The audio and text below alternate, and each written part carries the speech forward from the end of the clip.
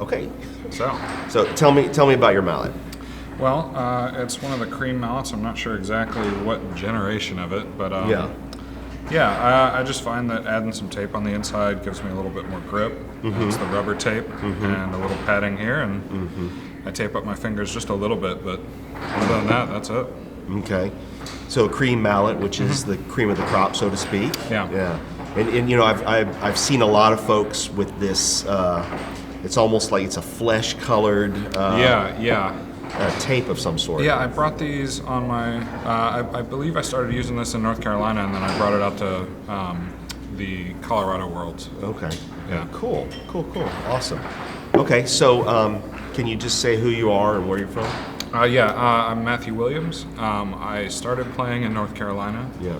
But about 4 years ago, I moved out to Utah, so that's where I'm located now. Okay. Yeah, that's right. Yeah. Forgot about that. Okay. And what do you do for a living? I'm an animator for video games. Awesome. Yeah. Does that mean that you actually go inside those suits, or? So I'm usually directing those. Okay. The actor, we hire actors for that. Sure. But every now and then I just suit for up for like. Well, sometimes you got to pick something up and there's no actors available. So. Okay. Any games or things that you've worked on that people know? I was tangentially related to Fortnite when I was working at Epic in North Carolina. Awesome. And I'm working on Hogwarts Legacy. For Warner Brothers right now. Wow. So okay. Awesome. It sounds like a fun type of career to be in. Yeah. It's reward. It's still a lot of work, but it's a different kind of rewarding. Yeah. You know. Yeah. Okay. So, how did you discover air hockey? So, in North Carolina, Kurt Zender had been doing weekly tournaments at the Boxcar Bar and Arcade, and he'd been having them on Mondays, and they're still on Mondays, but I never went to the bar on Mondays. And until one day I just happened to, and there was a tournament, and I signed up, and I played, and I kept coming back. And I think that, like, me and Kurt kind of bonded over that, and started playing a lot more and upping our game, and it kind of, everybody else had to up their game too. Absolutely. To keep up, and so I think that's where the scene is now in North Carolina. Right. So, do you have any strong memories from when you first sort of discovered air hockey? Yeah, it was kind of, I think it was my 5th or 6th week playing that I won their weekly tournament. Weekly, okay. And it was Halloween, and I believe I was dressed as Dracula. So I was in a costume, and I won my first tournament. Okay. So Cool. All right. that was really interesting. That's neat. And I kind of remember that high that I got from that, that adrenaline rush. Yeah, it is. So it makes me think, is air hockey your first, what I call passion pursuit, or have there been others? Well, I would say my career was my first. Okay. I've always loved playing video games, I went to school for it and all that, but I think that outside of my main career, it's my first passion. Right. I've developed a couple others since then. I'm a hobby guy. Sure. Well, is air hockey in some way uniquely different from these other hobbies? It's competitive. Nothing else is. Okay, nothing. And it kind of gives me that release. And I haven't. It's been tough the past couple of years. Being away from. Yeah, being away from it. So. Is there any opportunity for you to start something where you're at? Or? It's been tough. I just moved to a new town in Utah, about 30 minutes north of Salt Lake. Salt Lake doesn't have a whole lot, but there's one promising spot near where I am now. Okay. And I'm also a few hours away from the guys in Idaho, so I might try to help them get that when going. When you say a few hours, 2, 3, 5. Okay, yeah. So it's a day. I'm a road trip guy. Okay, fair enough. And I'll road trip for kids. So yeah. Well, for air hockey, people will go all over the world. I drove here from Utah. So. Nice. Okay, that's great. So, let me ask you this way: what does air hockey mean to you? Honestly, it's a community at this point. Okay. As much, we may have some drama here and there. Yeah. Or competitive, flares. Sure. But I really like kind of the sense of belonging that it gives me. Okay. You know, you don't get that with every hobby that you're into or sport that you decide to play. Okay. So a sense of community. It's a running theme. A lot of people say that. And I wonder, is that unique in some way to air hockey, or would you find that community in another, activity? You know, I think with the way air hockey is right now, it's if it got bigger, it might not feel that way. Okay. And I'm okay with it getting bigger. Sure. But I think that a lot of solo sports, where it's one versus one, that kind of, you have to lean on your other competitors for support, which is a kind of a unique thing with one-on-one sports. Yeah. That's an interesting as perspective. opposed to a team sport Right, like football. where you have your teammates to lean on when things are, not going so well. Yeah. And I find that, like, even your fiercest competitors, will suddenly be your biggest fan when you're playing someone else. Right, absolutely. Well, and I've seen it a bunch of times where I've seen people competing in air hockey, and one guy not playing up to his potential, and his opponent, who he knows that, and he'll just, come on, man. Pick it up. Yeah. Even though by trying to motivate his opponent, he's putting himself in a bad position. Yeah. Okay, that's interesting. So, do you think that that air hockey has changed you as a person in any way? For sure. I mean, my best friends I made through air hockey. Oh, okay. In North Carolina, they're still my best friends, even 4 years after moving away. So they changed your relationships. Yes. Yeah. I didn't have a sense of community when I lived in North Carolina. Oh, okay. My job takes me around. Sure, yeah. I move around, and it's hard to lay down roots. Yeah. And I felt that I got to lay down some roots there. Okay, nice. So that's a relational change, right? What about inside? Anything about you, your personality, the way you look at the world or deal with the world, anything change?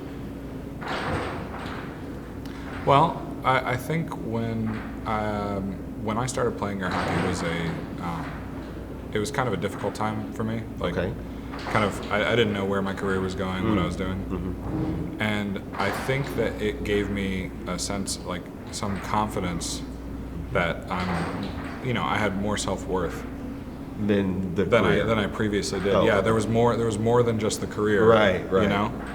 Awesome. And I don't think I would be doing what I'm doing now, which is a upgrade. Right.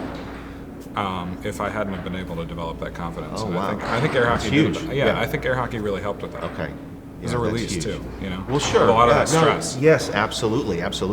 Well, and when I was asking earlier about, passion pursuits, and you said, well, my career first. In my mind, a passion pursuit is typically something that you're not. There's not a financial reward necessarily. It could, right? It could develop that way, right? Exactly. And so. So in many ways, it sounds like air hockey has been like a true passion pursuit for you, and that has enriched your life. It has, for sure. That's cool. Okay, so I want you to imagine that we have the attention of the world. All 7-8 billion people are watching us and listening to us, and we got 5 minutes. What do you feel like the world needs to know about air hockey? I think people really just need to experience it. Okay. I think they need a place to, like, not just play casually in a bar or an arcade or whatever. Right.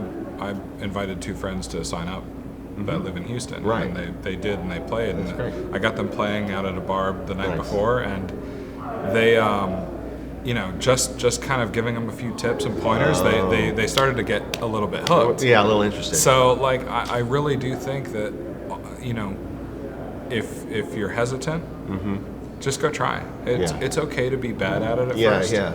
Because you can accelerate pretty quick. So that's really it's a great answer, but it's also a difficult answer because the answer is, well, what you need to know, world, is you need to try it. Right. Yeah. I mean, it's pretty basic, and it's tough. It's sometimes tough to find somewhere to compete. Yeah. Well, Which I think I got lucky, and we all kind of got lucky. Been in some way. Yeah. Like serendipity is brought us to air hockey in Yeah. different ways, and they have changed our lives. Okay, so a couple fun questions to wrap up. Sure. What is your best shot? Ooh, I would say it is my cross straight. Okay, and Yeah. you're right-handed? Right-handed, yeah. Okay, and so how are you setting it up or delivering it? So I set it up a couple of ways. I can do it off a transition pretty Okay, well. yeah. That actually, I think that's the strongest way that I do it, because it usually gets people going in one Right. direction. Now, are you starting the transition? Meaning, are you bouncing it across the table to have it come back and go, or That's something I'm working on. Okay. I'm working on building the transition myself. Right. It's really strong when it happens naturally. Well, yeah, yeah. That's my Yeah, favorite yeah. part. But like I that's one of the things I'm working on. Have you ever talked to Mark Robbins about this topic? This No, very, I haven't. Okay. I was talking to suggest- Vince about it yesterday, actually. Talk to Vince Mark. also- Mark is, he has a number of aspects of his game that are literally, he begins the transition. Right. He makes the He makes it transition happen. Off Right. goals and Well, yeah, but things it's like more of it's more about hitting the puck in a corner so that it wraps around, comes against another corner, and then and now then it's you get moving that out. Yeah. transition. Yeah. So okay, so you're cross straight, mostly off a transition. Yeah. Cool. So the other question: the universe is going to gift you one shot at championship caliber level. What do you want? Ooh. Man. I think it's a left wall over. A left wall over Yeah. for your right hand. Okay, so it's a Yeah. weak side over. Yeah. Okay, and then how would you see why? Well, I think that from, at least from my limited experience, I think a lot of right-handed players don't have that shot in their bag as Yeah, much. it's true. It's one of those ones that, I've struggled with. But like, honestly, I think the right wall over is also a very strong one. Overs in general, to me, are like, they're unobtainium. No, I got it. I'm Like the same consistency way, dude. with them. Yeah, I'm the same way. Yeah. And I can shoot them without speed. Right. Well, But that's and that's it's the building up that challenge. shooting it with speed. Yeah.